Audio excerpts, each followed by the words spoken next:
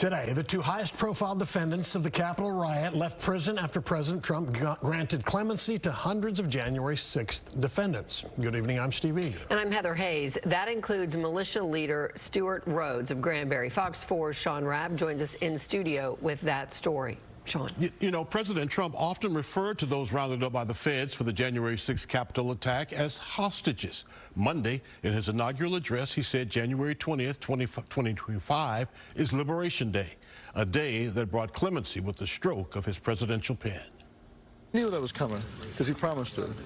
You know, promises made, promises kept. So we knew it was going to happen. Texan Stewart Rhodes, released from federal custody 3 years into his 18-year sentence for seditious conspiracy, commuted after President Donald Trump Monday night, through executive order, pardoned all those convicted of federal crimes in the January 6th insurrection at the Capitol.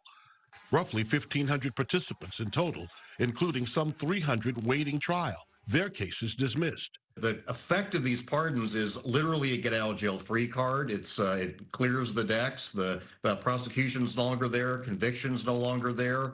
The person's free to go about their business without that conviction around their neck anymore. And a lot of people have received the benefit of that this month, really more than in our nation's history. Constitutional law attorney David Cole. That our Constitution was drafted by our founders in response to their experience under the English government. But they kept a couple of features of England's government, and one of those was the idea of a pardon, that the crown, the king of England, could just let somebody go. Supporters of those imprisoned gathered to show support as Rhodes and others were being freed, including Enrique Tarrio, former head of the Proud Boys.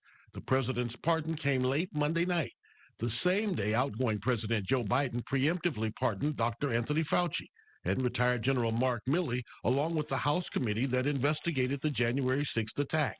And Biden afforded the same pardon protection to members of his own family, none of whom have been charged or convicted of any crime. I don't think this is very healthy. Because the pardons by both Biden and Trump are steeped in personal and political interests. In the case of Mr. Trump, these are people that supported him so strongly that they engaged in violent acts on January 6th. And in the case of Mr. Biden going out the door, the use of the pardon for your family members is something we haven't really seen much of historically. And that kind of pardon to people who the president has a direct interest in, either because they're friends or family or a political ally, is something that's a little new, it's a little different, and it does make the pardon power a lot more mainstream. The January 6th prosecutions were the largest case in the Justice Department's history. The overturning of those may be the first step in the president's promised overhaul of the Justice Department itself.